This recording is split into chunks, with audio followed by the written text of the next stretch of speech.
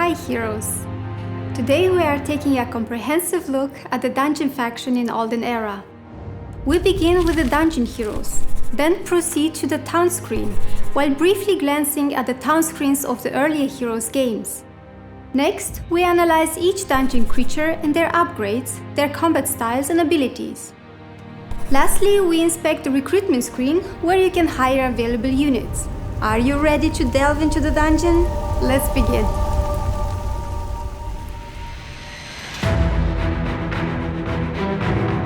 We start off with the dungeon heroes that have been announced so far.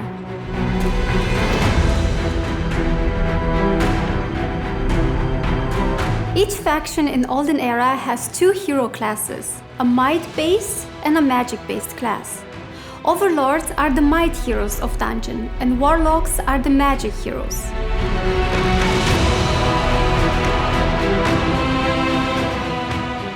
When leveling up, overlords were more likely to upgrade their attack and defense stats, and learn might-based skills like tactics, offense, logistics, and armor. Warlocks, on the other hand, were more likely to upgrade their magical stats and learn magic-based skills like sorcery, wisdom, and intelligence. This is how the dungeon town and heroes look on the adventure map in Olden Era. We can see that the hero rides on a Gorgon, also known from Heroes 3, which was part of the Fortress faction. Whether Gorgons will return as either neutral creatures or faction troops is yet to be seen.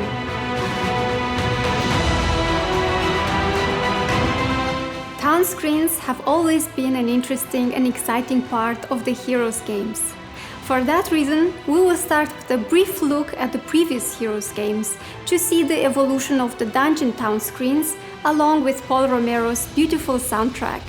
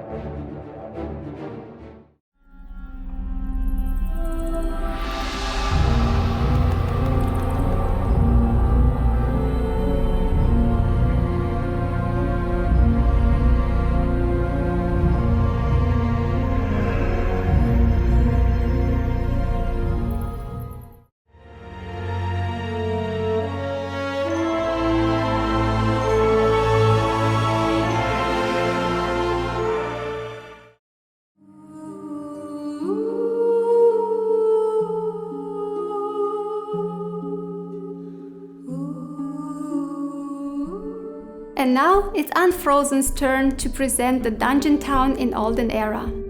Since we don't know yet the new town theme, the music you hear is not from the original game.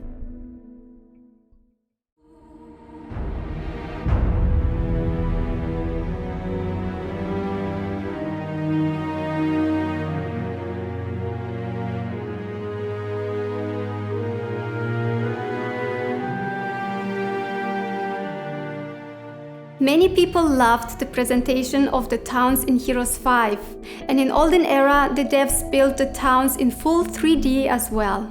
That way we can have these beautiful camera movements, plus you get a sense of depth. Along with the added creatures flying and walking around, the town feels alive and is really pleasing to look at. When we compare the current screen to the one first seen in the announcement trailer, we can see that there have been quite some visual improvements. More textures and details have been added, the lighting adjusted, and the edges have less stroke than before, which give the buildings a way better look.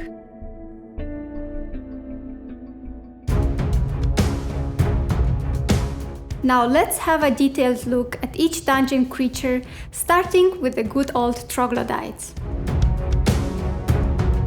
With each unit, Unfrozen presented additional information about their characteristics and fighting style. Based on that information, I will analyze the dungeon troops in more detail. Here is the base unit, and these are their upgrades, Infernal and Toxic Troglodytes.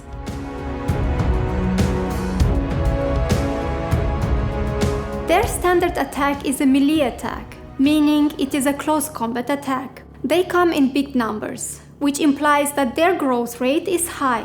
Thus, you can hire many troglodytes each week. Their special abilities are long-reach attacks, called Viscous Spit.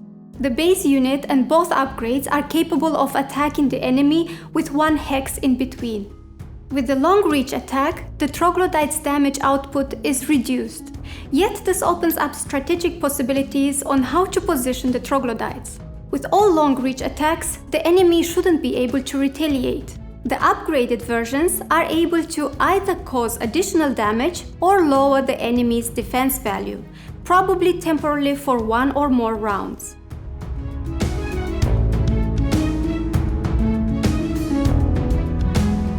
Their design resembles the ones in Heroes 3. We saw them again in Heroes 4 and in 7, where their appearance is quite different.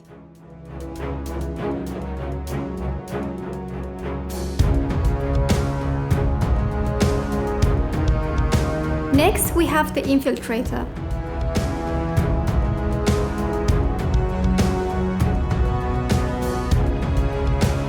Their upgrades are Guile Infiltrator and Bleak Infiltrator.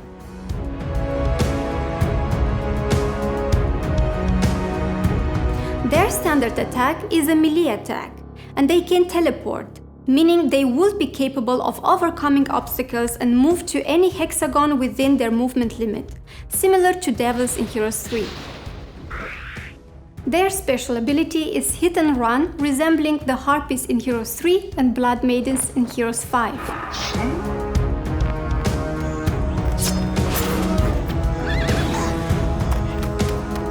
With this attack, they can strike and return to their position, yet sacrificing their damage output. The Guile Infiltrator has two further specialties.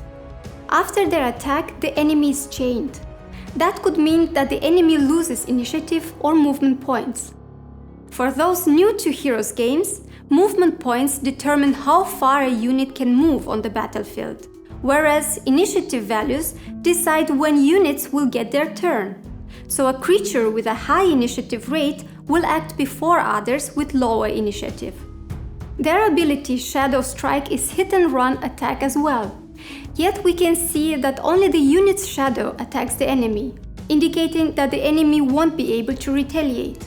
The Bleak Infiltrator has a specialty called Veil of Shadows. I assume the unit either becomes invisible to the enemy until it performs an attack, or is still visible yet takes a reduced amount of damage by ranged and melee troops. If you have any ideas about the chain effect or the Veil of Shadows, please let me know in the comment section.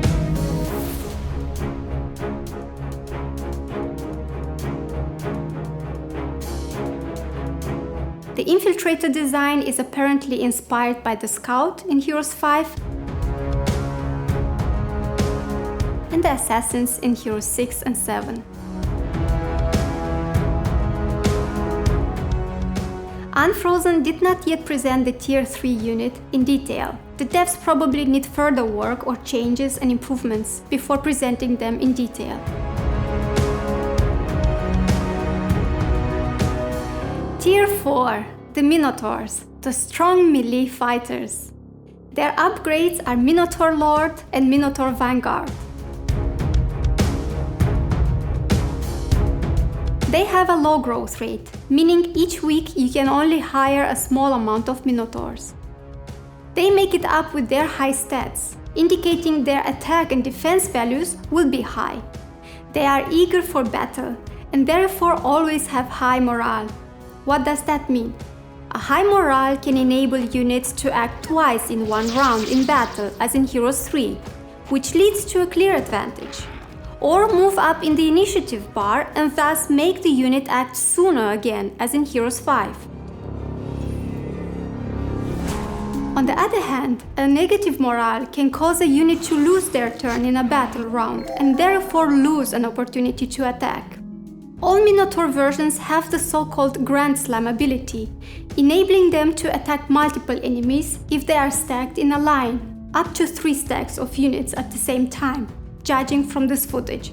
Utilizing Grand Slam is only possible with a reduced damage output. So the Minotaur could choose to hit one enemy with full force, causing full damage within their damage range, or hit multiple enemies with reduced damage. The Minotaur Lord has another ability called Unyielding Will, a self-buff, which is a kind of bonus that makes the Minotaur Lord stronger. What does this buff do? In one of Unfrozen's past Q&A sessions, they stated that with this active buff, the Minotaur ignores the enemy unit's attack values. Thus, the enemy won't be able to inflict their usual damage to the Minotaur. The Minotaur Vanguard, on the other hand, has the specialty of a preemptive strike. That is a great ability to have, known from Heroes 6 and 7. When it is an enemy's turn to attack, the Minotaur will retaliate first before getting attacked.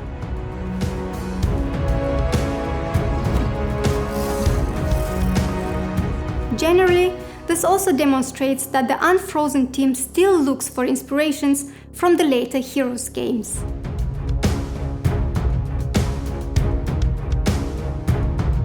Minotaurs look like fierce warriors with their equipped armor and mighty axe. Minotaurs have always been part of the Heroes of Might and Magic universe, and here we can see some of their versions.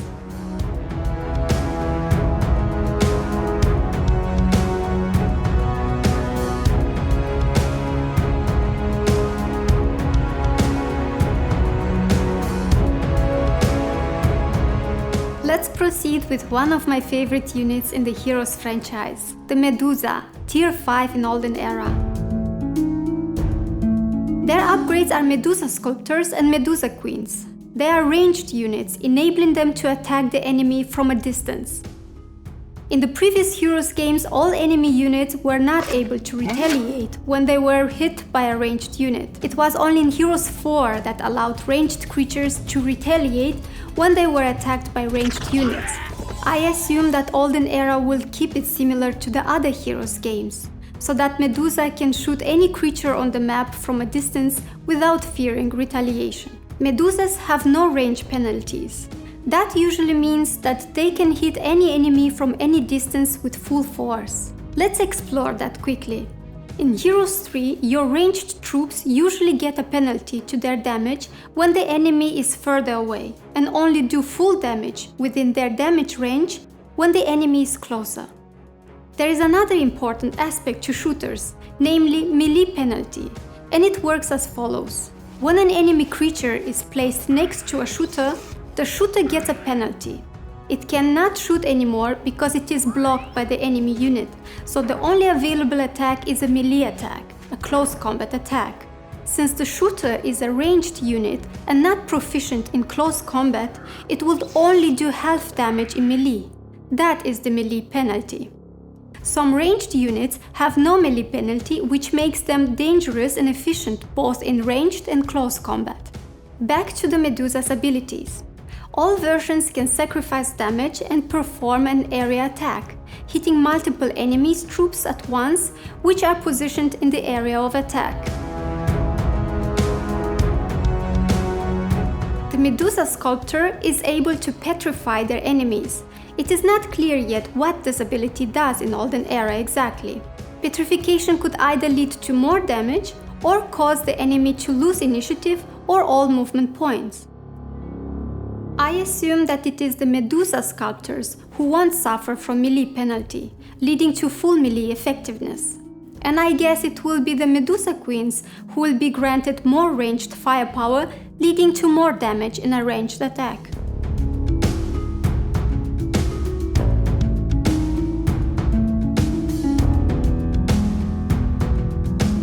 As for their design, they have changed a bit. Their hair is again visibly made up of serpents, which move constantly, while her body and head part look more like a cobra. In Heroes 3, 6 and 7, the Medusas had more of a female appearance and shape. Whereas in Heroes 4, they looked more like a reptile.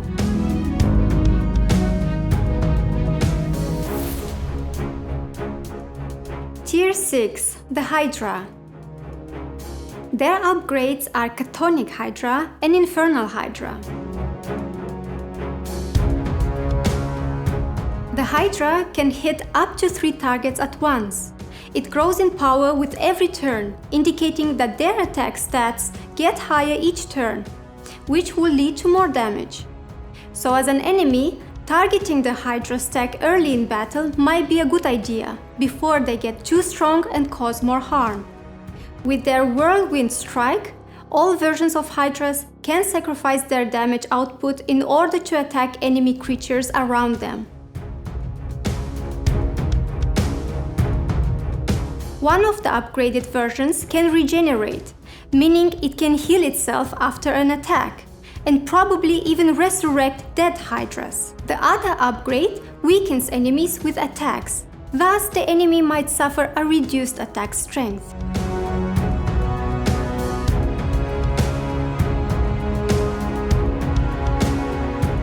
The Hydra has undergone some visual changes over the last decades, yet always keeping their multiple heads.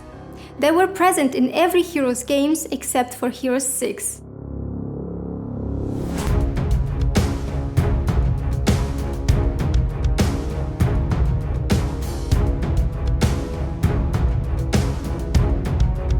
The final dungeon unit in Olden Era is the Red Dragon, Tier 7. The upgrades are Black Dragon and Ashen Dragon. Once again, these dragons will certainly be very powerful and fast units in the game, able to attack 2 consecutive hexes at once. As flyers, they can overcome obstacles or town fortifications and reach every hex within their movement range, as in Heroes 3 and 5.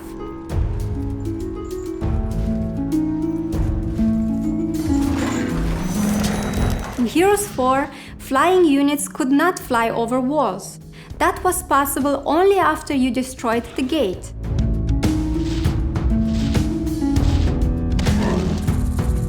In Olden Era, all versions of the dragon are immune to magic.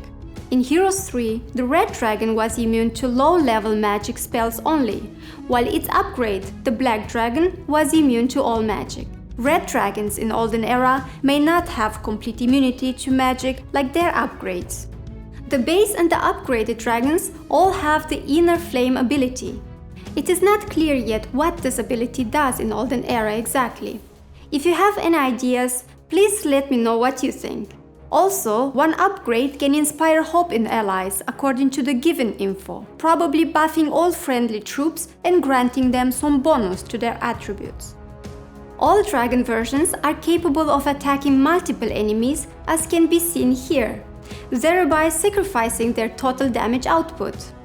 The note also says that the dragon can dive into enemy lines when upgraded. So if I understand correctly, one of the upgrades can perform an additional attack, maybe similar to the Griffin's Battle Dive or Rush Drive in Heroes 5.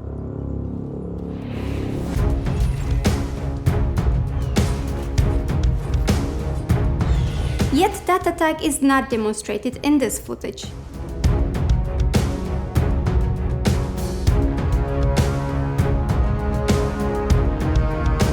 Here we can see the differences between the dragons throughout the Heroes games.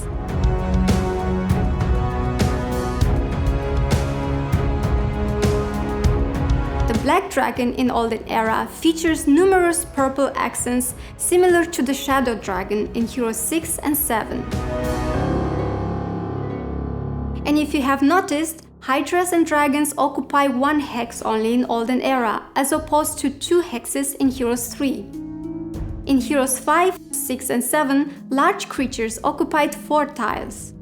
In a future video, I will speak in more detail about the battlefield and battles in Olden Era.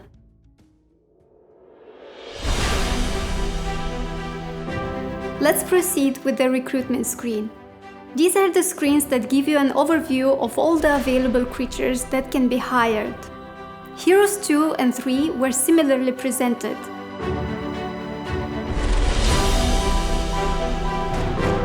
In Heroes 4, besides the creature stats, their individual abilities were also displayed. Heroes 4 was also the first game in the series where you needed to decide between higher level creatures, For example, you could not build dragons and hydras in the same town. Heroes 5 had a slightly different presentation. Heroes 6 and 7 went a distinct route.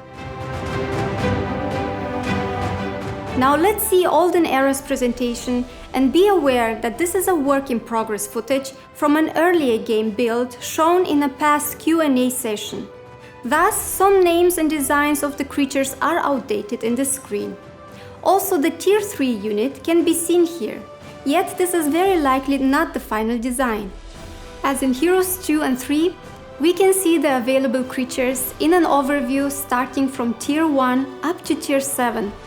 It is confirmed that Olden Era will have some Tier 8 units as neutral creatures. The small circles above each creature signal whether it's the base unit or the upgraded ones. This screen also reveals additional information. Let's have a look at each of these UI elements. At the bottom, we can see the number of weekly growth of troops, and in brackets, how many units are currently available. Another interesting looking hero is featured along with the current troops. On the left side, there are some shortcuts, and this symbol probably stands for building structures in town. The next element has been visibly selected, which would logically bring us to this very recruitment screen. The arrow might indicate upgrades of units or buildings. The beer mug brings us very likely to the tavern, where you can hire heroes. This is probably the marketplace where you can exchange and buy resources. The bag or sack might direct us to a store where you can buy or sell weapons and artifacts. The Tawa symbol likely is the outpost which acts as a caravan in Olden Era. That way you can transport your troops without relying on hero chaining.